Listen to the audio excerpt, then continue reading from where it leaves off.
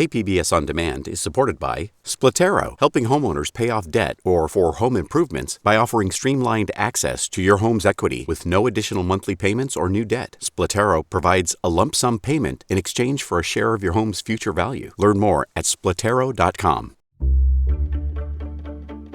Good morning. I'm Kinsey Moreland in for Annika Colbert today. It is Friday, March 26th. So yeah, maybe you've heard California is getting ready to expand its COVID-19 vaccination program big time. Details on that soon, but first, let's do those local headlines.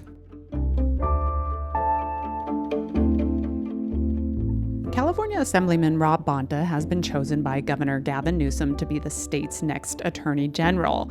That would be to replace Javier Becerra, who is now the U.S. Secretary of Health and Human Services. If approved, Bonta will be the first Asian American man to occupy the position, a milestone amid increased anti-Asian American hate nationwide. A Marine Corps investigation found last year's sinking of a seafaring tank off Southern California was caused by human errors and mechanical problems that could have been averted. 9 service members died in that accident. In a report released yesterday, the investigation found contributing factors included the inadequate training of troops, shabby maintenance, and poor judgment by commanders. 3 commanders were fired as a result. The San Dieguito Union High School District is expanding in-person learning. It's currently running a hybrid model where students can attend in person 2 days a week, but starting on April 12th, that will now increase to 4 days. Carlsbad Unified has also approved middle and high school students to return 5 days a week starting March 29th. Vista Unified voted to open secondary schools on April 5th for families who want students on campus 5 days a week. From KPBS, you're listening to San Diego News Now. Stay with me for more of the local news you need. KPBS On Demand is supported by UC San Diego's Art Power, presenting cellist Joshua Roman, performing from his album Immunity, alongside music by J.S. Bach and more. Sunday, June 22nd at UC San Diego's Epstein Family Amphitheater. Reserve your tickets at artpower.ucsd.edu. All right, so if you have been waiting and wondering when it will be your turn to get a coronavirus vaccine, we have some good news for you. As KPBS reporter Matt Hoffman tells us, a major change, is being made over who's next in line. Excited? Very, very. Starting April 1st, all Californians aged 50 and over will become eligible for vaccinations. Then on April 15th, it extends to everyone 16 and over. So just a few weeks, there'll be no rules, no limitations as it relates to the ability to get a vaccine administered. The announcement is coming earlier than expected, especially with recent vaccination supply problems. But the governor says vaccine makers, including Moderna, Pfizer, and Johnson & Johnson, are ahead of schedule. Our ability to do more has always been constrained by supply, manufactured supply. We have confidence now in the manufactured supply becoming available sooner than we had anticipated. So much so that the governor made this announcement too. Effective today, regardless of your age, regardless of your pre-existing condition, if someone comes in eligible under the existing rules, but with a family member, we will accommodate the family member, no questions asked. Newsom says all vaccination sites will have discretion to do that, and it doesn't mean all locations in San Diego can accommodate family members right away. A county spokesperson says it will depend on supply, which has been slightly increasing, but only about 10% a week recently.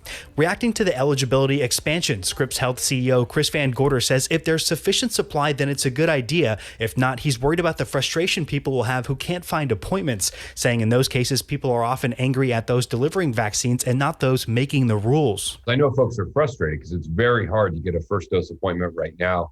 And so if the tiers are going to be expanding, then it is my hope the supply is going to be significantly expanding as well. Opening up more vaccinations could get the state closer to its goal of delivering 4 million doses in hardest hit communities. County Supervisor Nathan Fletcher says once that happens, our county has a good chance of seeing more restrictions relaxed in the state's orange reopening tier. The soonest it appears that it could technically happen would be April 6th, but there's no guarantee. Newsom says new variants of the virus spreading in the state mean we cannot let our guard down. This is not mission accomplished. We're not spiking the football.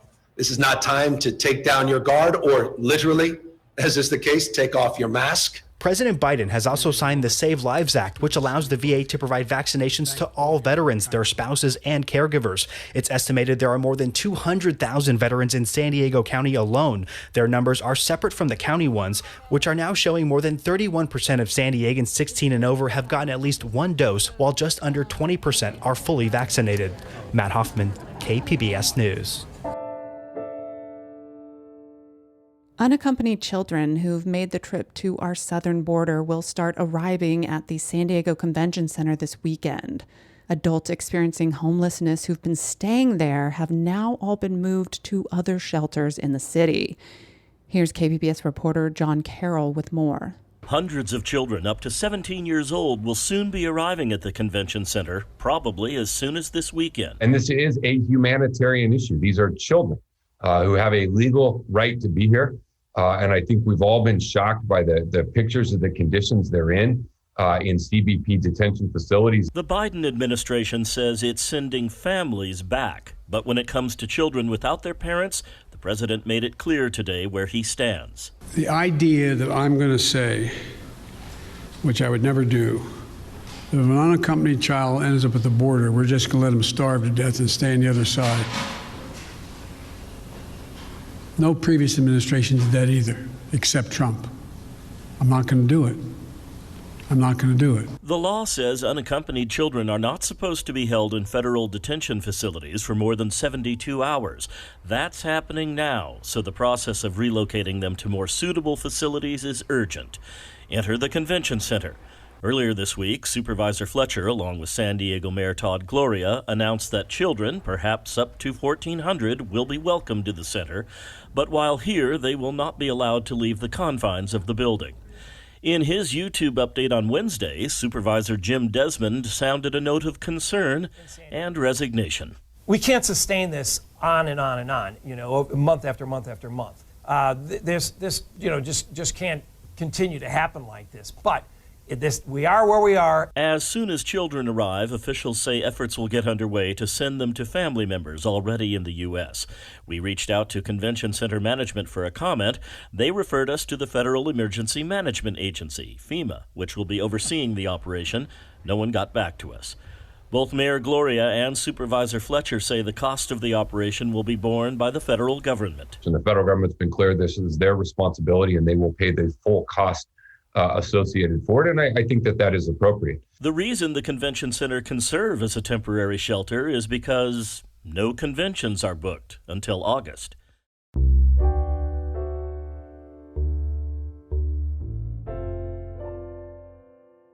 And it's Friday, right? So how about a wildlife segment?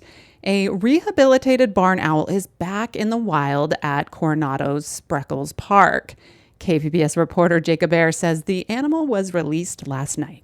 The female barn owl was found by 2 public services employees in the city of Coronado back on January 25th of this year when they noticed it was struggling to fly in the cold and rain. A Coronado Police Services officer then brought the animal to the Humane Society's Wildlife Center. But who helped bring the animal back to health?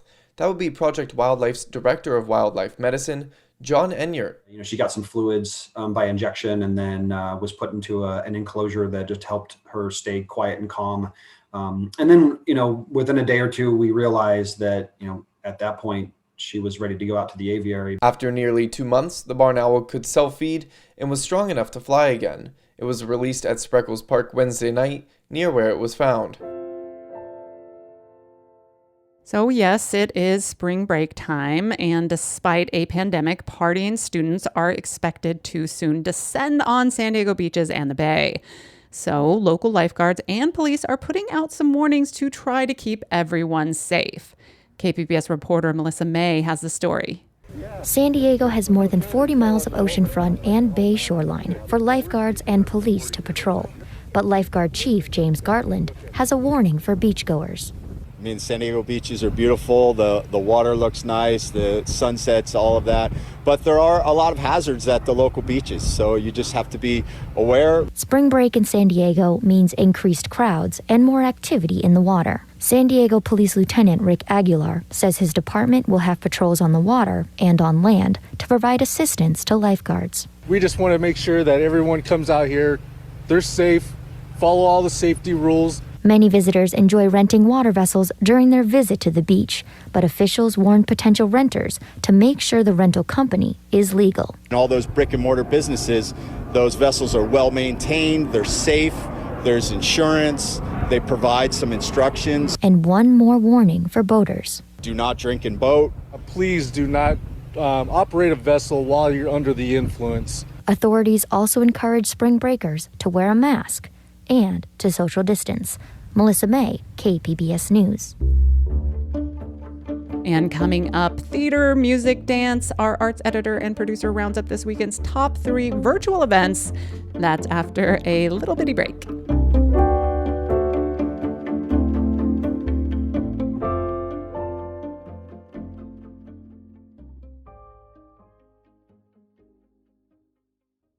KPBS On Demand is supported by Latino Legacy Foundation, presenting their Storyteller series, Reach for the Stars with Ellen Ochoa, the first Latina astronaut, former NASA director, and San Diego native, Sunday, June 29th. More at latinolegacyfoundation.org. All right, so arts and culture, it's still a thing. It's still happening, I promise. And if you are looking for a way to get some arts and culture in this weekend, here is KPBS arts editor and producer Julia Dixon Evans with her top 3 weekend performing arts events picks, all of them virtual. The Coronado Playhouse just opened Harlem Duet, which is a play written by Canadian playwright Janet Sears in 1997. Coronado Playhouse filmed this stage production, directed by local Candace Crystal. The play functions as a kind of unstuck-in-time prequel to Shakespeare's Othello. The script jumps around in time: contemporary Harlem, an 1860s plantation, the Harlem Renaissance, and it follows the messy love that unravels between Othello, played by Malachi Beasley, and his first wife, the complicated Billy, played by Danielle Bunch. Here's a clip. I'll take them on a cultural field trip, blow their mind. I've longed for this sanctuary. I know what you mean. Black boutiques. Black bookstores. Black groceries. Filled with black doctors and dentists. Black banks. Black streets teeming with loud black people listening to loud jazz and reggae and Aretha. There is a rose in Spanish Harlem. A rose in black and Spanish Harlem. The script of Harlem Duet really centers on Billy, who of course has no Shakespearean origins. It's a really great chance to embroil and recenter the canon from a Black woman's lens. Tickets are $25 and it streams on demand through April 18th. Next up, you want your classical music with a little bit less dead old guy. Local pianist Melissa Evans Tierra is putting on a free live stream concert on Saturday at 11 a.m. featuring only living composers. One of the works is even a world premiere. It's called Hyperspace Sonata by her husband, the composer Chetan Tierra.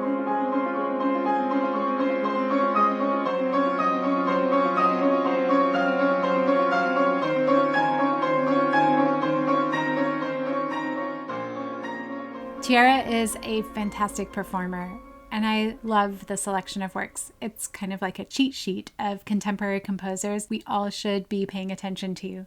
She built the program around a work called Compassion by Manhattan-based composer Julia Wolfe about witnessing the Twin Towers fall on 9/11 right from her apartment. This work is jarring, it's abrasive, and it's also really beautiful.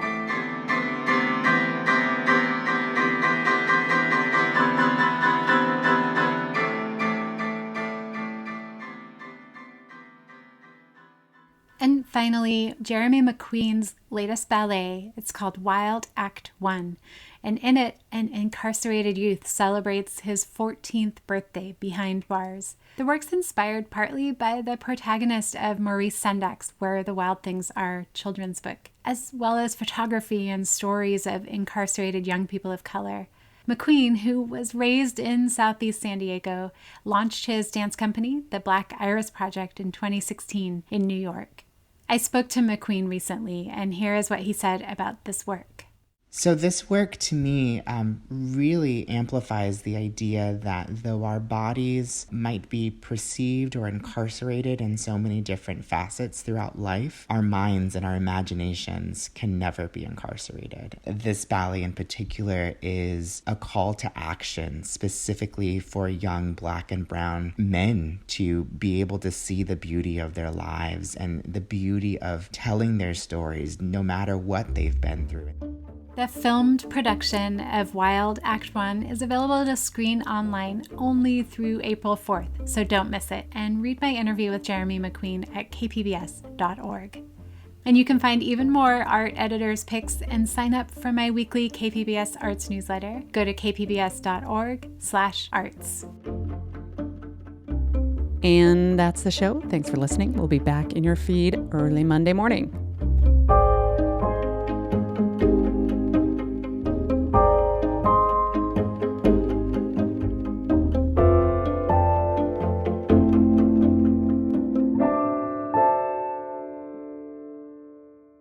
KPBS On Demand is supported by UC San Diego's Art Power, presenting cellist Joshua Roman, performing from his album Immunity, alongside music by J.S. Bach and more, Sunday, June 22nd at UC San Diego's Epstein Family Amphitheater. Reserve your tickets at artpower.ucsd.edu.